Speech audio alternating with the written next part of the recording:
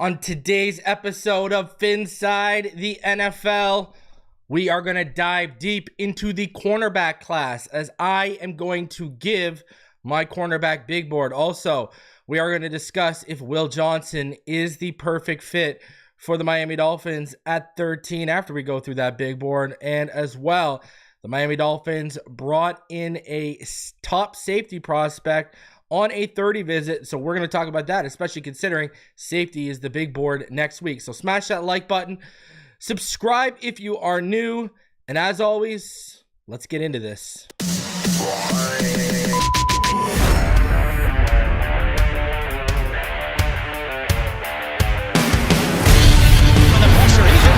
Loses the football. Touchdown! Got it! You have got to be kidding me. Jalen Waddle has a Dolphin touchdown. And he will score! Field down the near side, man open. Touchdown!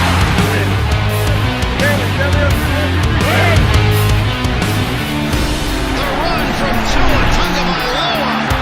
Touchdown! He's going deep. He's got it for a touchdown again!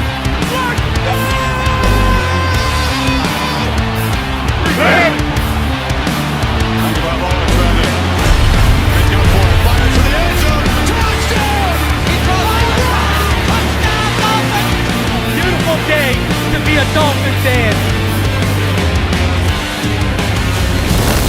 Let's go!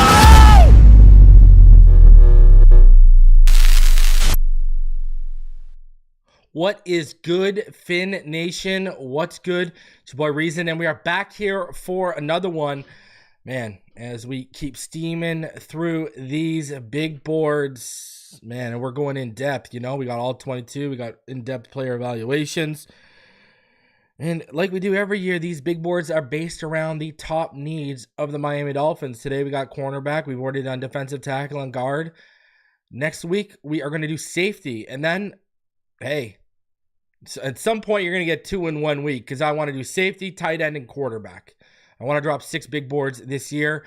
Now, every big board that does not make video format, because you got to understand, this isn't just me listing players and telling you who I like.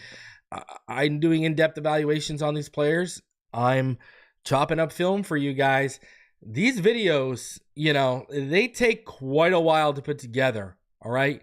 You know, just to put it into perspective, the video you're seeing today, everything surrounding it, I start putting that together Sunday night. All right. So now allowing it to go from Sunday to Saturday also gives me flexibility in case anything happens, but I'm going to have to ramp it up a little bit here because I do want to get 3 out before, you know, I want to get another 3 out basically before the draft starts on the 24th. So I got 19 days basically to get 3 out. So we're going to get 3 more out. And then the ones that don't make video format, Patreons, channel members, they get exclusive access to those rankings.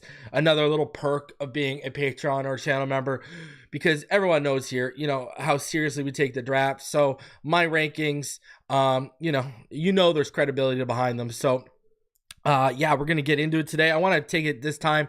Shout everyone that came out and showed some love yesterday for the initial episode of the starting lineup on Douglas channel. If you haven't had a chance, go check it out.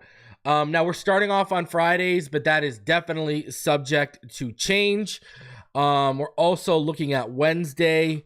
I don't know what's going to happen with the finish line in terms of maybe being moved around. I don't know. We're going to look into it, but that's probably not going to be, especially when we get to the regular season format, that's probably not going to be a Friday night show.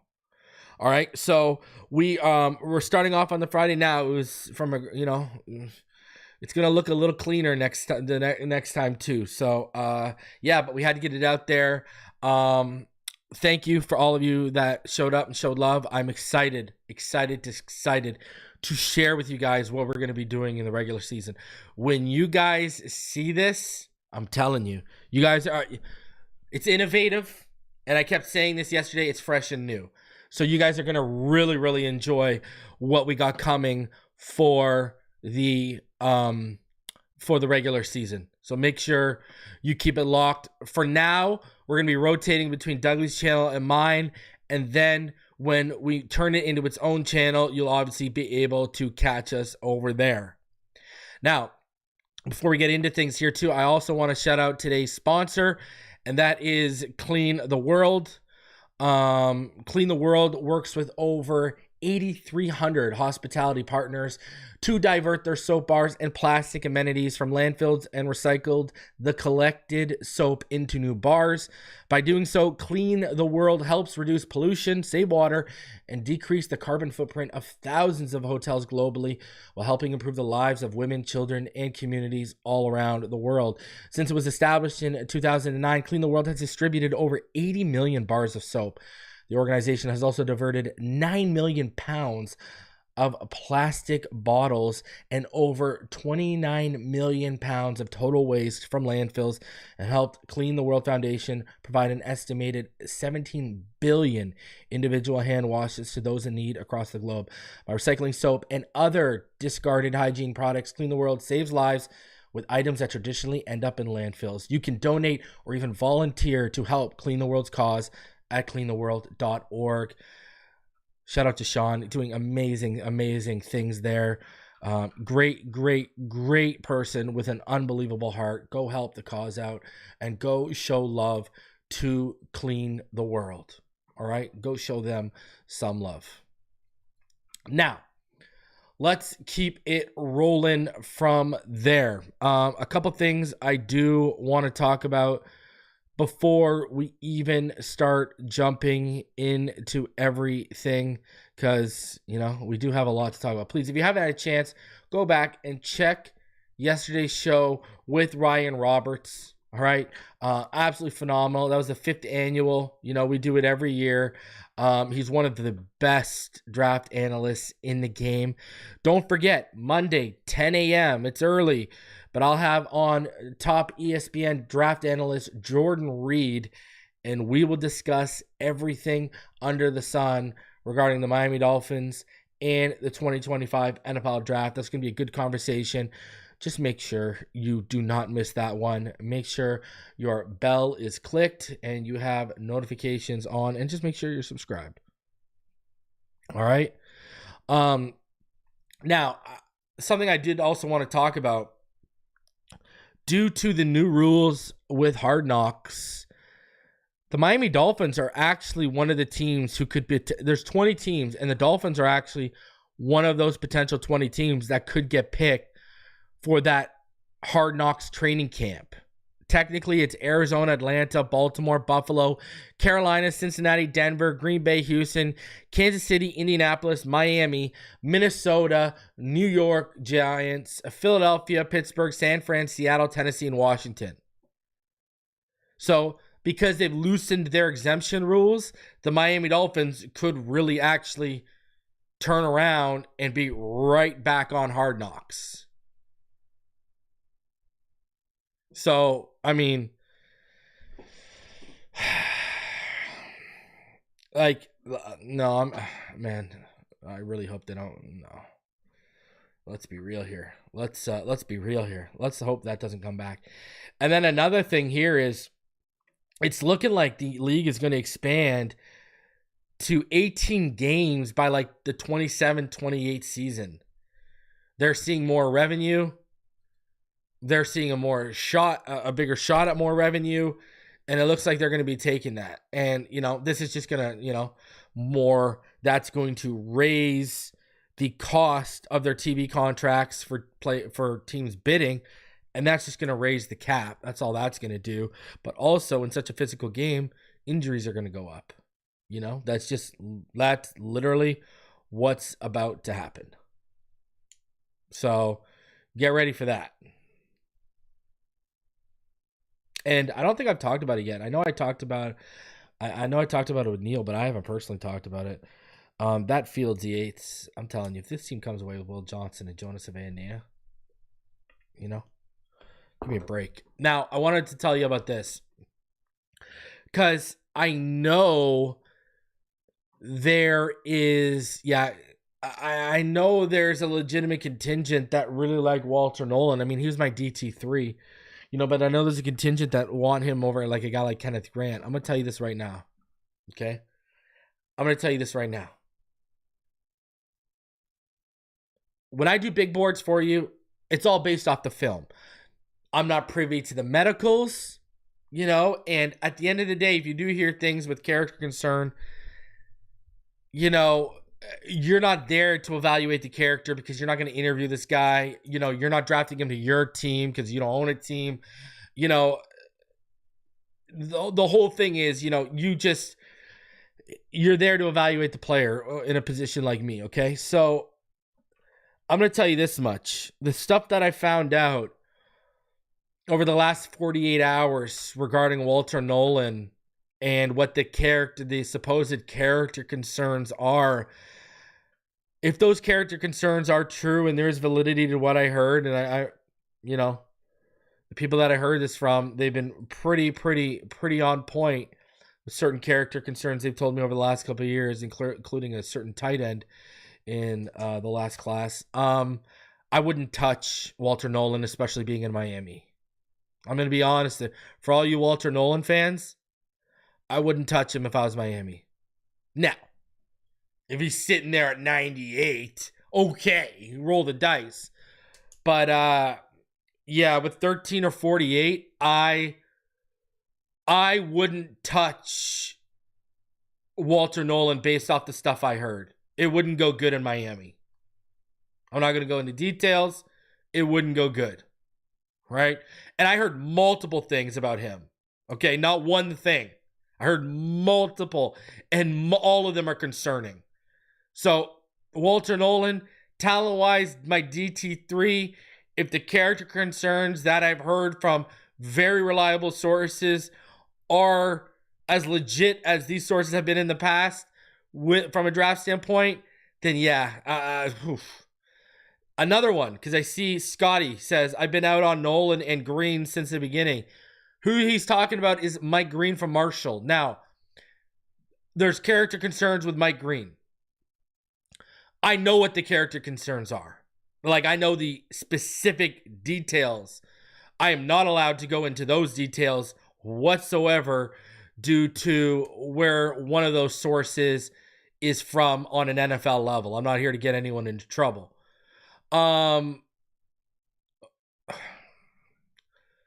Mike Green, yeah, I know teams have legitimately taken him directly off their boards.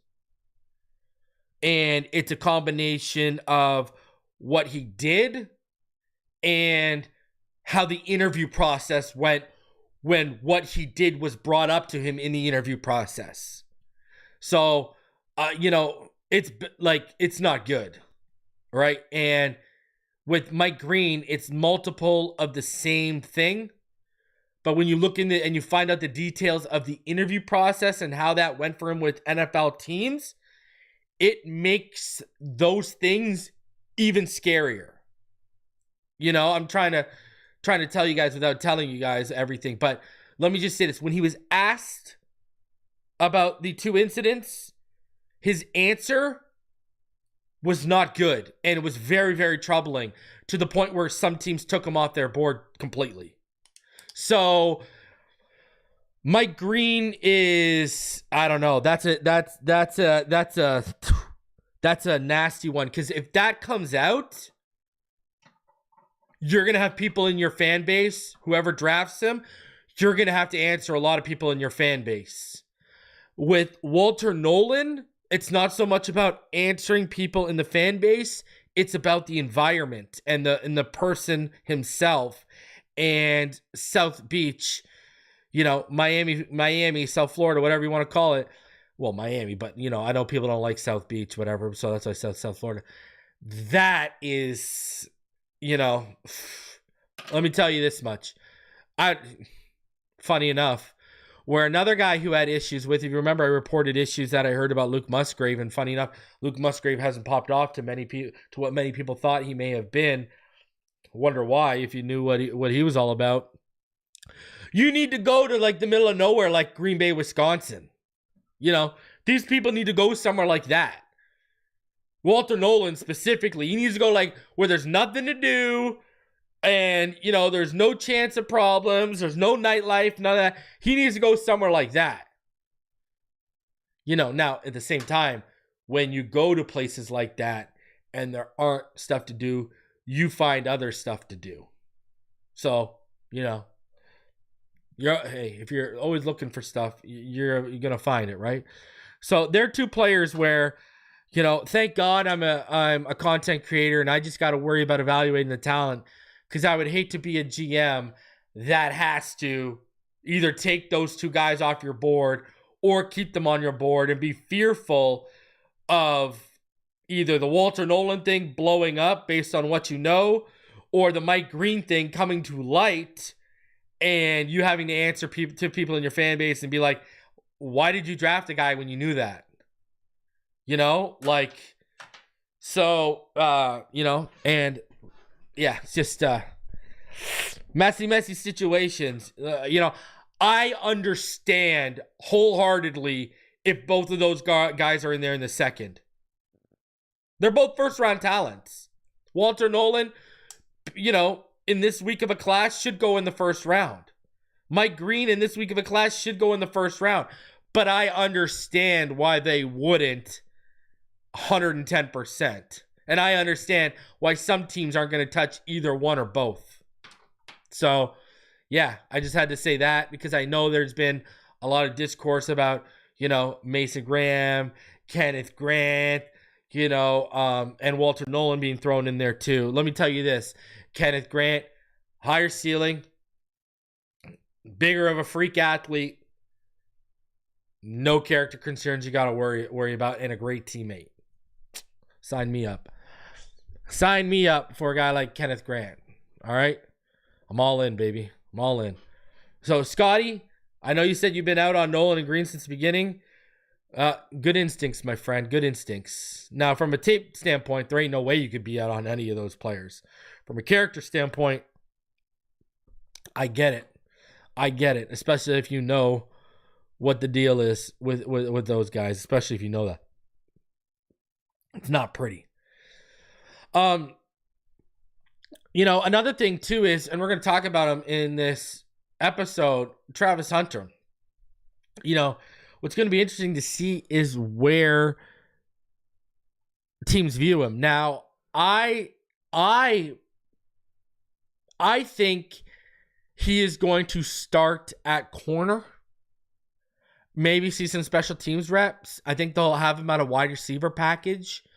And then, like, this is how I think, okay? He's my wide receiver 1 and my corner 2.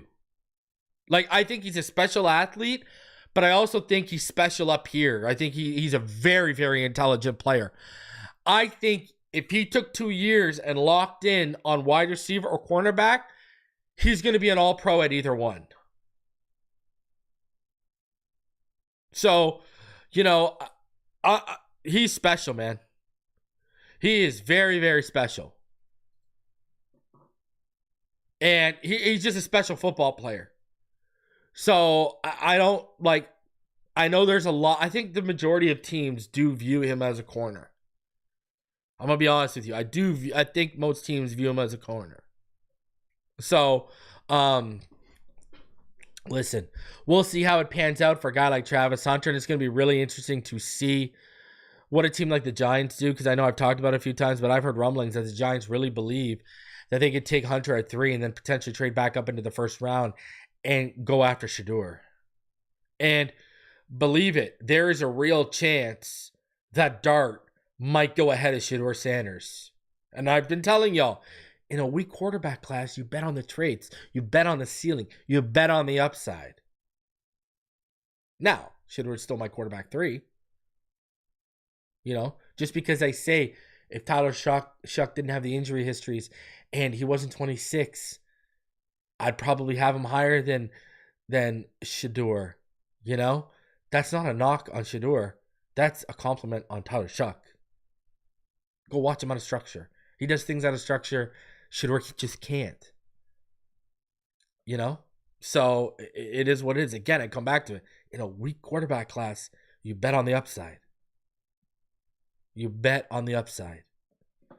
So speaking of the draft class, let's get into this. And let's start off with a report from Barry Jackson. And this is what he says. He says, Dolphins bring in another top safety prospect to team headquarters and where things stand. The Dolphins, very much open to adding a talented young safety or two in the draft process, brought Penn State's Kevin Winston Jr. to team headquarters on Thursday, according to league source. Winston counts among the 30 permitted visits that teams can schedule for players who did not attend high school or college in their markets. NFL.com's Chad Reuter projects Winston to go 56th in his recent mock draft. Winston sustained a partial tear in one of his ACLs September 3rd against Bowling Green and missed the final 13 games of last season. Some teams use some of their 30 visits on players coming off injuries because of medical testing, and meetings are permitted on those visits. Players cannot do workouts during those meetings. Winston has 2 fumble recoveries, an interception, 5 passes defended, 90 tackles, and a forced fumble in 28 games over 3 seasons. NFL.com's Lance Zierlein said Winston has NFL size and traits, but is lacking in the instincts and recognition column on the back end. He can cover both inline and slot tight ends and hassle the catch space. Safeties with traits and tackle talent usually stick around as starters, but Winston might be somewhat limited unless he develops his field recognition enough to handle what NFL passing schemes will throw at him. Zierlein cites his strengths as team captain with NFL size and long arms. NFL scouts say he is wired the right way for pro ball, attacks blocks near the line, and spills runs wide.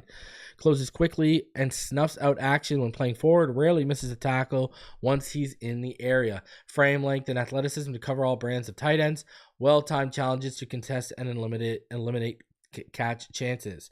NFL.com quotes an AFC scout as this about Winston. I don't love the instincts, but I do love the size and athletic talent. He needs some more work, but he's a day 2 pick all day. Winston, who is listed at 6'1", 215 pounds, and Notre Dame's Xavier Watts are 2 safeties projected by some to go in Miami's range at 48. It's possible Winston could be available when Miami picks 98th, though most projections have him going higher. There are 2 safeties who are projected to go in the first round, and that's South Carolina's Nick Emmanwori and Georgia's Malachi Starks. According to a source, the Dolphins think highly of Starks. General manager Chris Grier watched him at Georgia's Pro Day, but the Dolphins are also bullish on several other players in Stark's draft range, and taking a defensive or offensive lineman or cornerback at 13 would seem more pressing after how free agency has played out. Starks had not been invited on a Dolphins 30 visit as of late last week, but the Dolphins often draft players who don't take 30 visits. New Dolphins safety Ashton Davis indicated recently that the Dolphins are planning to open up the safety position to competition in the wake of losing Javon Holland. Davis, former Lions starter Ifeatu Melifanu, Elijah Campbell, Patrick McMorris, and players added in the draft process could end up competing for both starting safety jobs. So this is what stuck out the most to me there, is when you look at it, okay, so Barry Jackson clearly checked in and saw that there was no 30 visits scheduled for Malachi Starks. But then in the same breath, he said, hey, they draft guys who don't take 30s all the time, you know? I mean, he's 110% right now. Like a guy like Achane did take a 30 visit, but he's right. But I find it interesting with what he said in that article. And what he said was, according to a source, the Dolphins think highly of Starks. Chris Grier watched him at Georgia's Pro Day, but the Dolphins are bullish on several other players in Starks' draft range, and taking a defensive or offensive lineman or cornerback at 13 would be seen more pressing. So he's telling you right there. I'm telling you, he's not just throwing that out there. That's what he's hearing. I mean, think about that. In the same breath, he's telling you they think highly of Starks, and Chris Grier went and watched him, but cornerback, offensive line, and defensive lines seem more pressing. Right there, he's telling you, yeah, he's probably been told, we love the kid, but there's guys we're hoping, and this comes back to Will Johnson. I'm telling you, they're high on Kenneth Grant. I'm telling you, they're high on Kenneth Grant. All you got to do is go look at their love for a guy like Christian Wilkins. And what is Kenneth Grant? He is a bigger, more athletic, far better pass rusher coming out, far more pocket disruptor coming out than Wilkins was, but he still can plug the gaps and stuff the run. Now, in the same breath, if Campbell or Membo fall, yeah, you pull the trigger too. It makes sense. I'm telling you, Will Campbell, Armand Membo, Will Johnson, those would be probably the top 3 apples of their eye that they could potentially be there at 13. Now, Membo's going to be gone. Real chance Will Campbell or Will Johnson, if they're on the board at 11, one of those two goes to San Francisco. Real chance. I just, Barry isn't saying that for the sake of saying that, and he isn't saying that from just his own personal standpoint.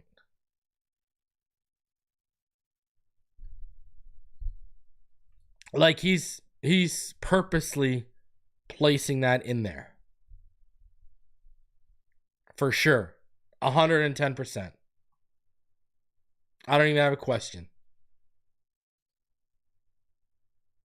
So, listen, I mean, I don't think you can go wrong with anyone. I know, I feel like there's a portion of this fan base that will be mad if Kenneth Grant goes at 13.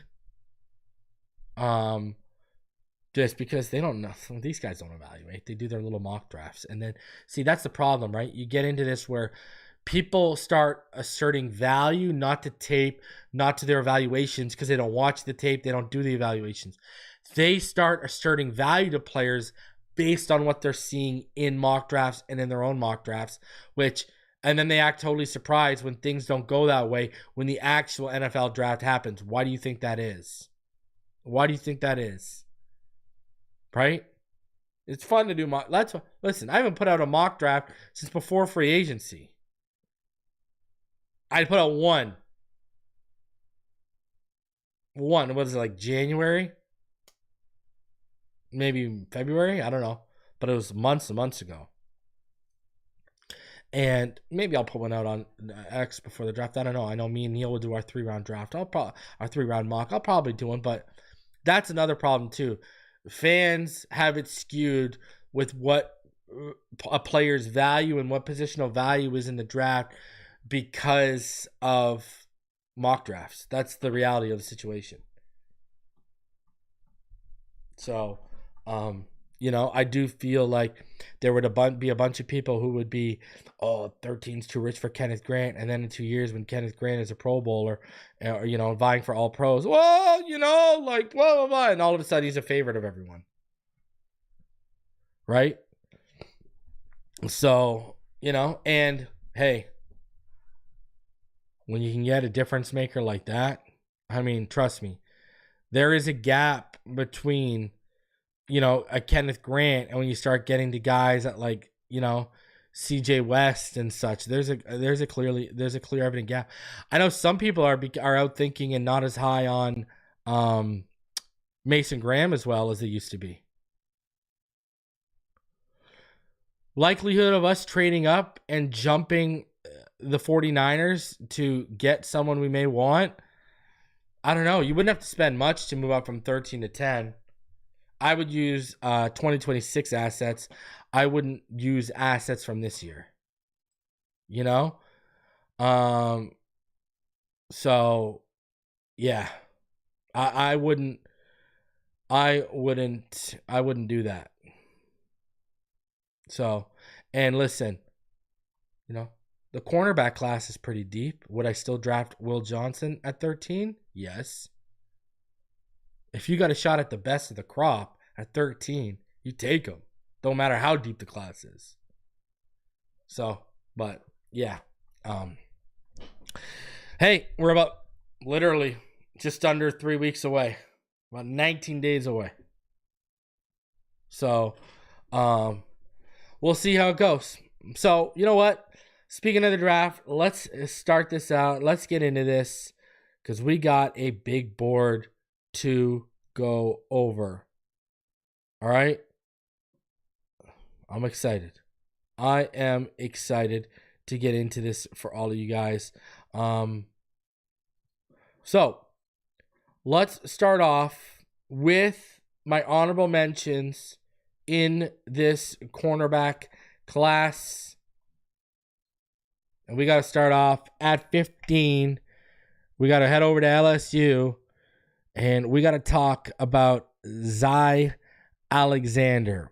So, when you watch Zy Alexander's game, you know, I may be lower on the consensus with him, but I just think his injury history, as well as how susceptible he is to letting the top get blown off of him, I just have my reservations about what he'll be at the next level. You know, first, let's go over the good. He's physical. He's hungry to make a play on the ball when he has a chance. He tracks it well, tackles well in open space, with clean technique and fundamentals, a smooth feet backpedaling and transitioning. You know, he's willing to help out against the run, and I think he can offer you something in both zone and man. Now, what I don't like in his game is I think his functional strength, especially at the line of scrimmage against physical wide receivers. If he's asked to press, it's not good. He's not explosive. He doesn't have really good long speed, doesn't move well laterally, and all of the combine testing basically backed the tape, you know, with his very poor showing. I just don't think there's much ceiling left to Zy Alexander's game, but I mean, hey, I've been wrong before. Denzel Burke at 14 here, 5'11". Burke is a little light, 186, runs a 4.48 40. Can be a thunderous tackler if he lines up a ball carrier and moves fluidly from his hips to his feet. Shown the ability to make plays on the football in his coverage area. Plays physical even when he lays the lumber on ball carriers. You know, he's willing and capable in run support. I also think his 2,619 snaps in college football is a big positive in terms of readiness for the next step, you know, and that leap to the pros. Now, he played the 5th highest percentage of snaps in man coverage out of everyone in my top 15 at 32%. He's physical and press, though his play was stronger in zone coverage. He doesn't have top end speed, which you saw him get burned for twice against Oregon this past year when Evan Stewart took the top off the defense. Then Tez Johnson did the same for a touchdown. He could be too physical at the catch point, which may be flagged at the next level. And I think his feet are more fluid than his hips are. He's a little stiff in the hips. Number 13, Dorian Strong out of Virginia Tech. He's 6'1", 185. I think he projects better in a zone-heavy scheme as opposed to a heavy man-cover defense. But I think he has some serious upside to his game. He has high-level awareness and space to his game, can diagnose and trigger pretty quickly. His football IQ is quite good, as are his instincts. This has helped him pull in 7 interceptions in college, with 5 of those in the last 2 years. He understands and uses leverage to his advantage in coverage. He's a solid, dependable tackler. He makes receivers earn the receptions when he meets them at the catch point if they can beat him out for the reception. And I just like the physicality of his game. Biggest downside to Strong is probably the length to his frame. He's not the best athlete, so though he can mirror most receivers, shifty, twitchy, explosive receivers, they're going to be an issue for him. And he doesn't offer much support against the run, at least from what I saw on tape. At 12, Jacob Parrish out of Kansas State. To me, he's one of the deeper sleepers in this corner class. His ceiling to me is high. He's capable in zone or man based off defenses. He's just under 5'10", 191 pounds, super physical. Hips are smooth, especially at the line of scrimmage and press. He's capable in man, off man. Can move from the boundary to the slot, though most of his time at Kansas State was on the boundary. He's a really good athlete. Posted a 37.5-inch vertical, 10-foot 9-inch broad jump, 4.35 40, 2.55 20-yard split, and 1.54 10-yard split at the combine. Those are good numbers, man. He's another guy that's a good tackler and willing to come up and help against the run, which you appreciate. He has really good recovery ability, is quite good at reading a quarterback's eyes to jump the route and make a play on the ball, whether it's, the 10 pass breakups or the 5 interceptions he had over the last 2 seasons. which were his only 2 as a full-time starter, might I add. From his height to his arms, his length isn't ideal for the position. This shows up in his ability to play bigger receivers, or whether it's at the catch point or trying to jam them at the line. Teams may also view him as a slot because of his size, and he does need to clean up his grabbiness as well. He had 10 penalties over the last 2 seasons, with 7. Sorry, he had 10 penalties over the last 2 seasons, with 7 in 2024 alone. Got to clean that up. Number 7, I got Quincy Riley.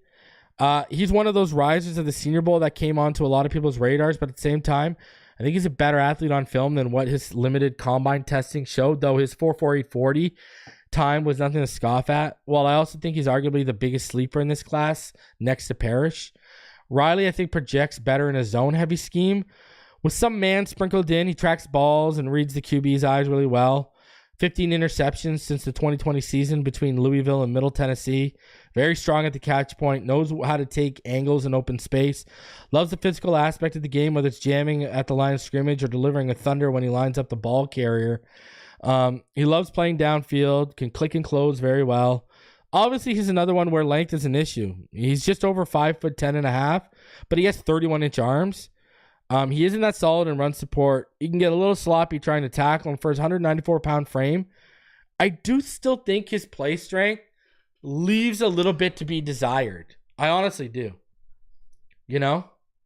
I really do. So, yeah. Now, let's get into the top 10, and let's start off with 10 to 6. At number 10, I got Darian Porter.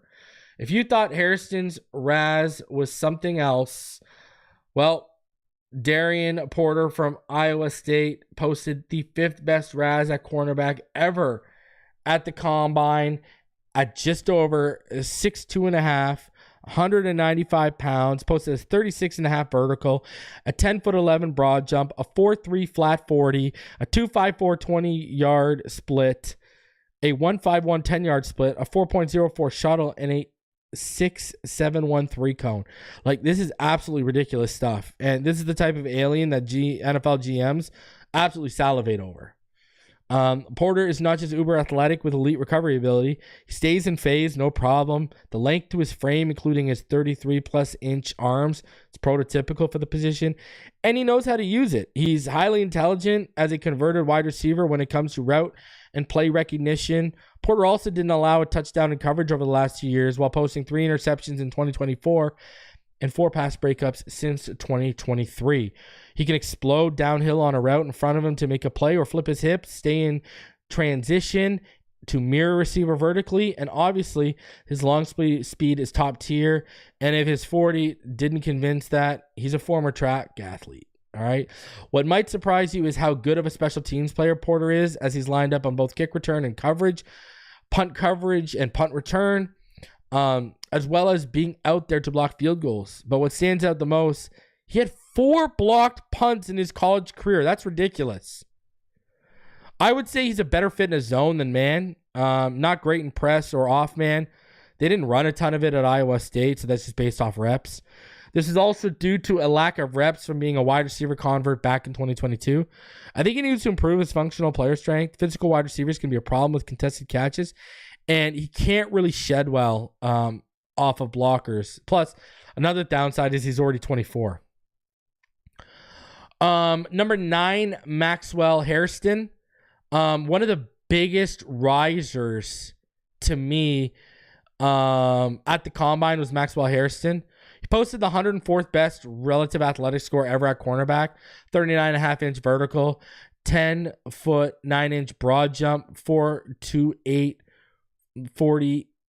40-yard dash, a 2.51 20-yard split, a 1.53 10-yard split, and just over 5'11", 183 pounds.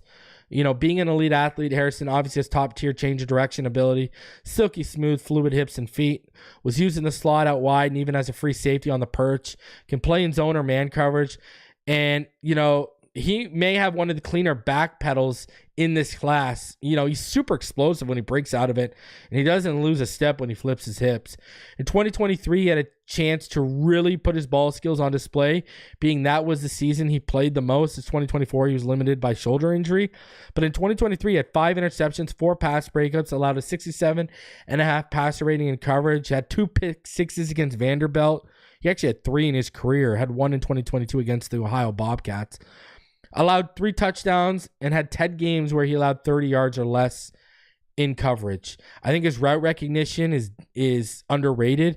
And what makes him more deadly is how quick and explosively he can trigger when he reads the eyes of the QB or sees the angle to break towards the passing lane. I think he works best in off coverage and zone, though. Harrison's a good tackler for the most part, but he's another whose light frame can be a detriment if his technique isn't good. His functional strength isn't great for jamming at the line and press. I think he needs to bulk up because I don't think he'll offer you a ton of run support until he does. I think for as elite of an athlete as he is, his recovery ability isn't as good as you expect it to be. But he also puts himself in precarious positions where it's too much to overcome by being over aggressive, whether it's playing the football or playing the body. Number 8, Kobe Bryant, 6 foot, 180 pounds, and was a big riser at the Shrine Bowl. But when you watch the tape, seeing how much of a natural ball hawk he is, the toughness he plays with, and the motor that runs him to the last whistle on every play, it's easy to see why draft analysts would like him as an underdog sleeper. He's so instinctual at the position. He reads the QB eyes very well. It seems like it's second nature for him knowing when to break on the ball, and and it's just his route recognition ability helps him mirror and gives him an upper hand in knowing when the opportunity will arise on the stem or out of the break to make a play on the ball. To put it in perspective, he allowed 7 touchdowns in coverage during his 4 years at Kansas across 1,405 coverage snaps, while he amassed 13 interceptions and 18 pass breakups. In 2024, it was also evident he became a better tackler. His technique was much cleaner, and he minimized his missed tackle rate. It was cut in half from 2023. He's solid in man coverage. He's physical pressing at the line, has decently fluid hips and change of direction ability. He could play out wide or in the slot, though he primarily played out wide in college. I think the quickness and smoothness of his feet and footwork is very underrated. The big issue with him is his size. Bryant, this is why he's had tackling issues. It's easy to break through 180 pounds. It's just easy to break through a 180-pound wiry frame corner if those fundamentals aren't as crisp as a potato chip. He can be over-aggressive trying to make the big play, but he doesn't get burned often. He doesn't have the long speed to keep up with overly twitchy or fast receivers. And because of his frame and strength, physical guys are going to give him a problem at the catch point, in the NFL. Number 7, Benjamin Morrison, 6 foot, 193. And he's someone on this channel we've talked about for months that Chris Grier may be in love with and have ranked higher than most. But what concerns me the most is he had a hip injury last year, which was a torn labrum, and also had a hip issue in high school. Well, he has undergone arthroscopic surgery on his shoulder as well. He's talented, but the injuries are starting to stack already for a very physical position. That said, he moves well on film from his hips down to his back pedal. He's an aggressive player, whether he's asked to jam at the line of scrimmage or if he's getting physical with a hand fight on a wide receiver stem. He's very good in both man, press or off, and zone coverage, as he had the 4th lowest passer rating allowed in man coverage and the 2nd lowest passer rating allowed in zone coverage of the cornerback class. While he does offer you some slot boundary versatility, has good recovery ability, and stays and fades with wide receivers pretty consistently. He's another one with good vision, route, play recognition, takes smart angles in space, and overall displays the instincts and high football IQ you want to see from the cornerback position heading into the next level. In his first 2 healthy seasons at Notre Dame, the playmaking ability was quite evident. He had racked up 9 interceptions and 10 pass breakups, including 6 interceptions as a freshman and a pick 6 against Clemson. Obviously, injuries are an issue with him. I think his functional strength is lacking, which pops up in tackling or trying to get off a block and run support. He can get caught biting due to over-aggressiveness, and his long speed on film leaves you wishing he tested because it looks average to above average at best. And then number 6, Azariah Thomas. Thomas was battling Trey Amos and Siobhan Revel for the second spot at cornerback on my 2025 NFL Draft Man Crush list, behind Will Johnson, obviously. Because I absolutely love this player, and the upside for him at the next level is huge. 6'1.5", 197 pounds, has absolutely elite length to his frame, top end feet, super fluid hips, knows how to let QBIs lead him to the throwing lane to make a play on the ball as well, seen by his 11 pass breakups over the last 2 seasons. His route recognition and football IQ is underrated, in my opinion, due to a small sample size as a starter. He had the lowest target rate in coverage amongst top 5 quarterbacks in 2024 at 9.6%, and he thrives pressing in man. He's the best press man cover corner in this class, but had the highest forcing completion percentage amongst his cornerback class in zone. 24.3% forcing completion percentage in zone. That's good. He also had the best yards per snap coverage allowed in zone, a 0.64. He's also willing and capable in run support. He's an aggressive tackler, can halt ball carriers in space. He can stay in phase to match and mirror receivers. He knows how to use leverage to his advantage, like using the sidelines to narrow and disrupt passing lanes. And I also like his body control. The 4.58 40 he posted at the combine confirmed the lack of top-end speed you see on film. Needs to wrap better instead of lunging to make tackles, because that can lead to misses. Strength isn't an issue. His angles aren't always the greatest, and he can get a little handsy with receivers, which he may have to clean up, because I do think he will get flagged at the next level for it. So you got to clean that up. All right. Let's get into my top 5.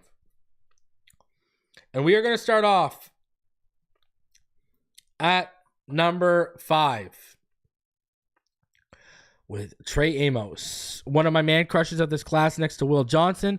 Trey Amos is a physical corner with 4.43 speed who loves the physical aspect of the game and is a man zone scheme diverse at the next level, who I think works best primarily on the boundary. He's a highly intelligent football player, whether it's knowing how to reroute wide receivers to throw off the timing, showing the patience to not false step or bite on play fakes, and his ability to read a quarterback's eyes, recognize the route concept, and trigger to make a play on the ball. I think it's due to the diverse coaching he's had in college, from Louisiana Lafayette to Alabama, that you're seeing here on screen right now, to what you're going to see soon, his time at Ole Miss. That's also what makes him so scheme versatile too. Amos is not only willing and capable to provide run support, he's also very dependable from how solid of a tackler he is. Having only missed 13 across 2,459 snaps and 5 years in college, to the way he read and reacts as a play develops, putting him in a position to attack the ball carrier. I think his run support is an underrated part of the game. Now, the footwork is clean and not a cluster F-U-C-K. His physicality shows up at the line of scrimmage, through the stem of a route, when he's stuck to wide receiver's hip in coverage, and at the catch point for contested balls. Pause. He can also contribute as a special teamer. Experience is on his side, having played 61 games. He hasn't allowed 100-plus receiving yards since Week 11 in 2022 and allowed 50 yards once over the last 2 years at Alabama and Ole Miss. And amongst the whole 2025 cornerback class, Amos allowed the second lowest yards per coverage snap, along with the fourth highest force incompletion percentage in man coverage, as well as the third highest force incompletion percentage in zone coverage. I don't think he has the twitchiness to deal with uber explosive receivers consistently, though his experience is vast. He was only a starter at Ole Miss, though I think it was still in the SEC, so I don't view that as a negative, but others may. The hips aren't as fluid as you would think they'd be, considering the athleticism he possesses. And I would like to see the transition that he makes out of his back pedal to stay vertical just get a little bit cleaner. And I think the ceiling is very, very high for a guy like Trey Amos. He just has a knack and a nose for the ball. Some guys just know where to find it, and he's one of those guys. Number 4, Siobhan Revel, East Carolina, just under 6'2", and 194 pounds. Revel Jr. is the most prototypical blend of size, length, and athleticism on film there may be in this class for the cornerback class. to which I think the combine tested would have backed that tape if he wasn't recovering from a torn ACL, which would have made him a round one lock in my opinion. He would have had the best testing at the combine, I think, out of all cornerbacks, and his 2023 tape is undeniably elite. He may not have been able to run the 40 due to the ACL injury, but he accelerates so quickly on tape. He's quicker than a hiccup with short area bursts that closes space between him and a wide receiver quickly, has the long speed to stay vertical with twitchy, speedy receivers, and the short area speed and explosiveness to break down on an in-breaking route to use his length to make a play on the football. Revel's a playmaker, plain and simple. 3 interceptions and 11 pass breakups on only 444 coverage snaps in 15 games over the last 2 seasons. He has great awareness, anticipation, and route recognition for the position. He offers you the physicality you like to see in man, specifically pressing off the line of scrimmage, while his football IQ and previously mentioned explosiveness allow him to be effective in zone as well. In college, he was primarily on the boundary, but was effective in the slot. I think he's explosive enough as an athlete, knows how to use his length really well, could offer you some upside as a blitzer from the slot in pass rush situations. He's a solid tackler who lays the lumber, is looking to lay that lumber, but is patient enough and clean enough with his fundamentals consistently too. I know I keep going back to his length, but it shows up in run support. He's more effective than you would think taking on blockers, getting off them, and making a tackle on the ball carrier. He's a very good special teams player as well. When East Carolina utilized him, he was very effective as a gunner. Obviously, his torn ACL is a red flag. I think his hips aren't as fluid as you'd like to see. They look a tad stiff when he flips them. Aggressiveness can lead to penalties, and he had 6 the last time he played a full season.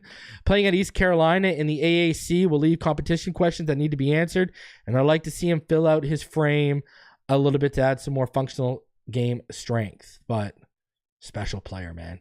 You watch the tape with Revel, and you see it all over the tape, and he's one of those guys. You go back to 2023 and you are just like, wow, you would have been a lock for the first round. And listen, it would have been him, Will Johnson, or Travis Hunter for my top 3 if he would have finished that year off. My number 3 right now, though, is Jahdae Barron. Now, Jahdae Barron is the definition of versatility. As through his first 3 years at Texas, he was mainly a slot corner who can take snaps on the boundary and even up on the perch. And then last year, he made the full shift to boundary with 679 of his 970 snaps taking place there. He's just under 5'11", 194 pounds, runs a 4.39 40, had the lowest passer rating against in man coverage amongst his whole cornerback class, while his 34.2 passer rating allowed across all coverages in 2024 is the best amongst all in this class as well. He's also proven to be a playmaker. In his last 3 years as a starter, he has 8 interceptions and 13 pass breakups with only 2 touchdowns allowed in coverage, both in 2022. Though he's primarily a zone corner, I think he's fully capable of performing well in man, as seen by the numbers I stated earlier, but also the film. He anticipates so well, has elite level route recognition, and is so explosive crashing downhill to disrupt a pass or help in run support. He's a pure tackler, doesn't allow a ton of yak, as seen by his performances in 2022, 2024. He knows how to use leverage in his favor, whether it's working from the inside to force a wide receiver outside to the sideline to narrow the passing lane, or using his instincts and sharp change of direction ability to stay in phase on a whip or inside release when he has outside leverage. Barron may not be the biggest dude on the field, but he plays bigger than his size. Pause. In run support, he has good functional play strength and is more physical at the catch point than I thought he'd be when I first put on the film. Length isn't great, as his arms are below 30 inches. He's shorter than 5'11", which would give him issues with bigger physical receivers at the next level. I think his footwork can get sloppy in transition. His sample size is small in man, but it's good. His sample size in press is even smaller, so those are parts of his game he's going to need to work out. And listen, I think he projects best as a slot nickel initially at the next level in the NFL, and can eventually, he can offer the transition outside, I think, eventually for sure. But I'd be more comfortable starting him in the slot in year 1 if I was a team, but that's just my opinion. Number 2, Travis Hunter, one of the most unique prospects in a recent draft. Hunter is truly a special player. He's my top wide receiver and my number 2 cornerback. He could be a legitimate 2-way player if a team was willing to risk his body and development by deploying him like that though his time as a wide receiver has helped him grow at cornerback in my position. He's a top-tier athlete on film. It's easy to see from his long speed, closing speed, body control, and change of direction ability. If he became a full-time corner and starter in a zone scheme, he'd probably be an all-pro by year 2 or year 3. Route recognition due to playing wide receiver is elite, as is his ability to read a quarterback's eyes, and his instincts are elite as well. For playing football, he's just so good. 9 interceptions and 20 pass breakups between his time at Jackson State and Colorado, where he was far and away the best player on both teams. Hunter can play on the boundary or in the slot, though I said earlier he should primarily be in a zone scheme. He has plenty of experience in man, off man, and press as well. So he's positional and scheme versatile. Not to mention he won the Bernardic Award as the best defensive player in college football in 2024. Very aggressive tackler too, with great length to his 6'1" frame. And he knows how to use it and very effectively in coverage or to shut off blocks in run support. His hips are very smooth and fluid. His ability to track the ball as a wide receiver has made him a elite ball tracker as a corner. And what doesn't get talked about enough when it comes to what makes him special is, never mind this cornerback class, I think he's one of the smarter players in this whole draft when it comes to football IQ. His games against Tet McMillan and Stanford's Alik Ayomanor stand out because it's top wide receiver competition from this class. They both gave him big problems. I think his footwork is something that suffered because he's a master of 2 trades, not 1. He needs to add to his frame from a bulk and play strength standpoint, with the big issue being he's probably going to need to choose wide receiver or cornerback because playing both ways isn't realistic anymore in today's NFL. But man, I just can't compliment this kid enough. The football IQ is just through the roof. Just through the roof with this guy. Unbelievable. Travis Hunter is a special player. He is a special football player. There's just nothing else to it. He's unbelievable. Just so intelligent. I'm a big fan of Travis Hunter, and it's a crime if he doesn't go in the top 3 of this draft. Absolute crime. There is no way he should not be going in the top 3. And I would take him over Abdul Carter. Yeah, I said it. Now, Will Johnson, he's number 1. Johnson is one of my biggest man crushes of this whole draft, and someone I've been saying on this channel since about October, November, would be a dream if he somehow fell to Miami at number 13, and now due an injury-plagued 2024 that's led to no combine or pro day testing, thanks to turf toe and a hamstring injury. It's become a real possibility he's on the board for the Dolphins, unless his private workouts blow socks off, which is a real possibility. Simply put, Will Johnson is a top 5 player in this draft who has defensive rookie of the year potential if he stays healthy. He's the definition of a ball hawk. 9 career interceptions on only 100. 9 career interceptions with 3 of those being pick sixes. And that's a Michigan record. His instincts, football IQ, and route recognition to me are the most elite in this class. Like I said, how smart your boy Travis Hunter is. We're talking same level intelligence here with Will Johnson. And what's even better about him is he makes plays when you need them the most. Look at right now. He's making plays in the national championship. He's just a big-time player who I think can be a top corner in football. His ceiling is that real and that high because unlike Hunter, he's been perfecting his craft full-time as a lockdown corner. He's scheme versatile. He's effective in off and press man or zone.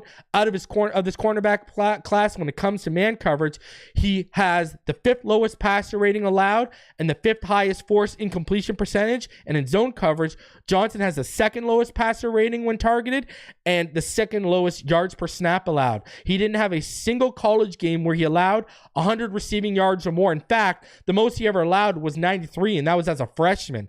I know he didn't test, but you see it all over the film. He's a fantastic athlete. Was particularly impressive that showed both his long speed, relentless motor, and sideline-to-sideline ability was a run stop on the end around against Texas in 2024 that you're going to see on film here.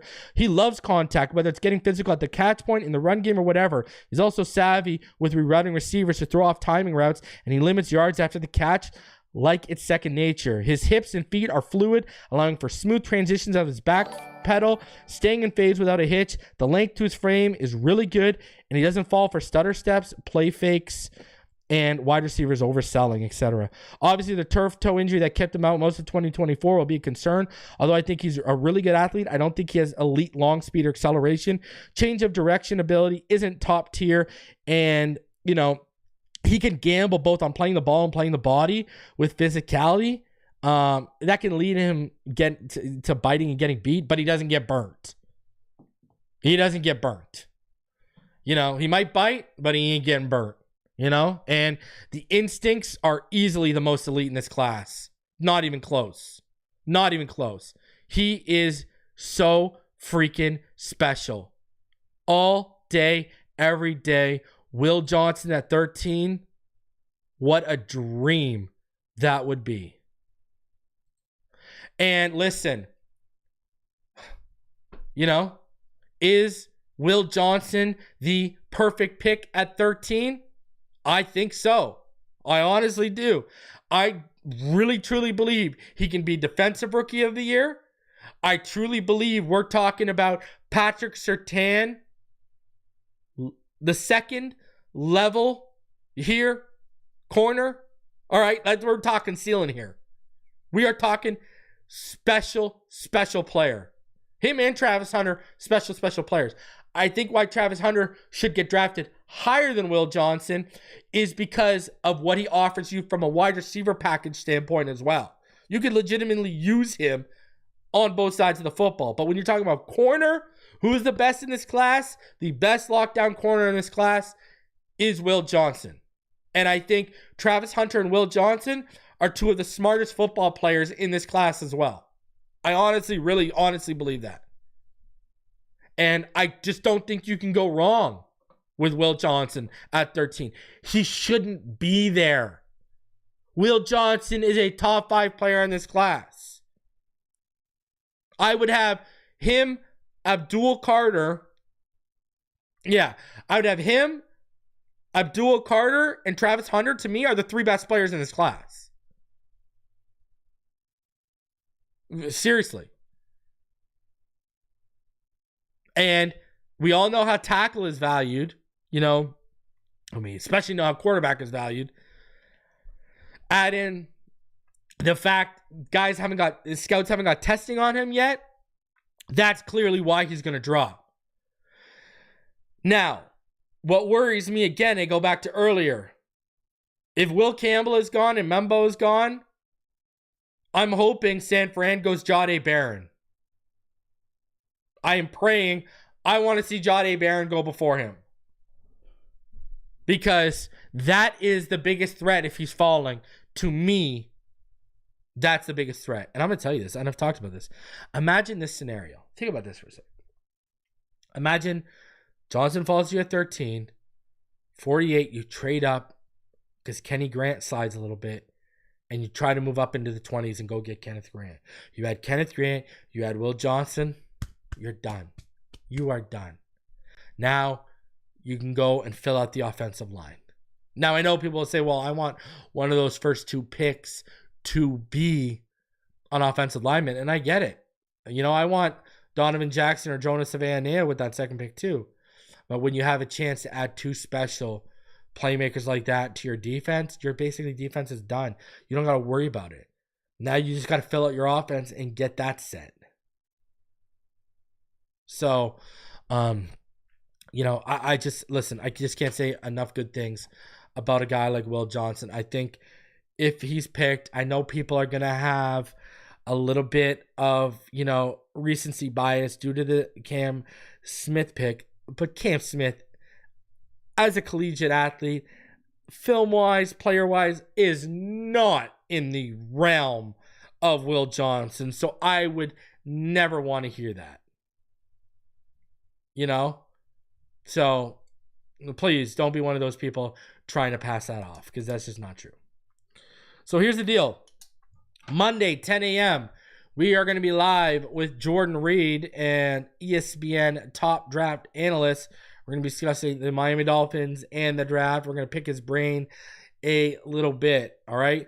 Next week, I'm going to be drafting my safety big board. Then after that, we're going to do tight end as well as quarterback. So we got 3 more big boards coming your way.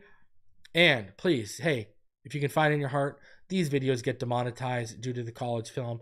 Smash the like button. That's free. That takes 1 second. and that helps me out. Get this video in the algorithm. Smash the like button, please.